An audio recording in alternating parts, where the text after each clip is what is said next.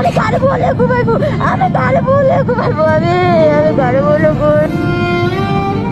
মাত্র ১.৫ বছরের ছোট্ট শিশু মায়াজ হাসান একটি ছোট্ট লিচুর বিচি কেড়ে নিল এই ছোট্ট শিশুর জীবন, ভেঙে দিল এক পরিবারের সকল স্বপ্ন, সব হাসি মাখা সকাল। যশোরের মনিরামপুর উপজেলার জোরানপুর গ্রামের শিশু মায়াজ হাসান, বয়স মাত্র ১.৫ বছর। সোমবার বিকেলে বাবার কোলে বসে খাচ্ছিলেন প্রিয় ফল লিচু, কিন্তু এই মুহূর্তেই ঘটে গেল এক চরম ট্র্যাজেডি। একটি লিচুর বিচি আটকে যায় তার গলায়, হঠাৎ নিঃশ্বাস বন্ধ হয়ে আসে, মুখ নীল হয়ে যায়, ছটফট করতে থাকে ছোট্ট মায়াজ। তড়িহড়ি করে পরিবার ছোট্ট মায়াজকে নিয়ে যায় মাদারীপুর উপজেলা স্বাস্থ্য কমপ্লেক্সে। সেখান থেকে তাকে যশোর মেডিকেল কলেজে রেফার করা হয়, কিন্তু সময় যেন খুবই নিষ্ঠুর। কোয়াদা বাজারে পৌঁছানোর আগেই নিভে যায় ছোট্ট শিশুর জীবন। একটি ছোট্ট বীজ, একটি অসতর্ক মুহূর্ত, আর এক জীবনের অনুশোচনা। রাত 10টার পর মায়াজকে পারিবারিক কবরস্থানে দাফন করা হবে, আর সেই কবরের পাশেই কাঁদবেন এক মা এক বাবা, যাদের পৃথিবী ছিল এই ছোট্ট শিশুটি। মায়াজের মৃত্যু শুধু তার বাবা মার জন্য নয়, গোটা সমাজের জন্য